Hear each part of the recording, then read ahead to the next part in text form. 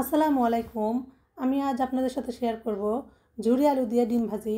এই আলু ভাজিটা কিন্তু গরম ভাত, রুটি, পরোটা কিংবা পোলাওর সঙ্গে খেতে কিন্তু খুবই মজা লাগে। তো প্রথমে একটা কড়াই আমি পরিমাণ মতো সয়াবিন তেল দিয়ে দিব। তারপর আমি এখানে সামান্য পরিমাণ হলুদের গুঁড়া দিয়ে তেলটা একটু গরম করে নিব। এরপর আমি এখানে দিয়ে দিব সিদ্ধ করে রাখা ডিম। এই ডিমগুলো আমি আগে থেকে সিদ্ধ করে খোসা ছাড়িয়ে ধুয়ে নিয়েছি। এবার ডিমগুলো আমি 3-4 মিনিট একটু ভেজে নিব।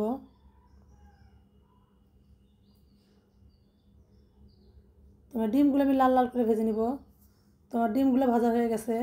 এবার আমি এই ডিমগুলো উঠিয়ে নিব।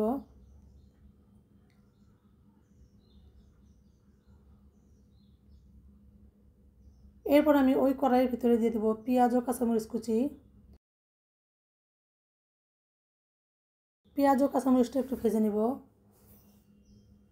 এরপর এখানে দিয়ে দেব সাদা এলাচ, দারচিনি, তেজপাতা। মশলাগুলো একটু ভেজে নেব। এরপর এখানে দিয়ে দেব স্বাদ মতো লবণ, হলুদের গুঁড়া,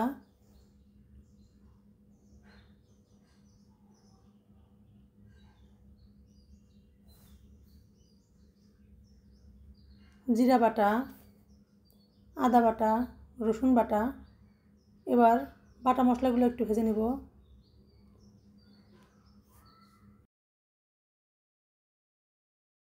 তো মশলাগুলো আমার ভাজা হয়ে গেছে। এবার এখানে আমি দিয়ে দিব আলু।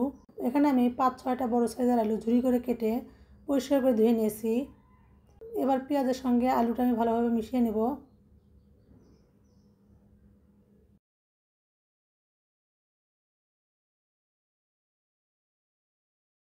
তারপর আমি এটা ঢাকা দিয়ে সিদ্ধ হওয়া পর্যন্ত রান্না করে নেব। তো আমার কাছে মনে হয় এই আলু ভাজিটা এমন কোনো কেউ নেই যে পছন্দ করে না। এটা কিন্তু ছোটো বড় সবাই কিন্তু খুব পছন্দ করে এই আলু ভাজিটা। আর এই আলু ভাজিটা কিন্তু খুব সহজে রান্না করে নেওয়া যায়। যেহেতু আমি বড় আলুতে রান্না করতেছি, এটা কিন্তু খুব সহজে রান্না হয়ে যাবে আর সিদ্ধ হতে বেশি সময় লাগবে না।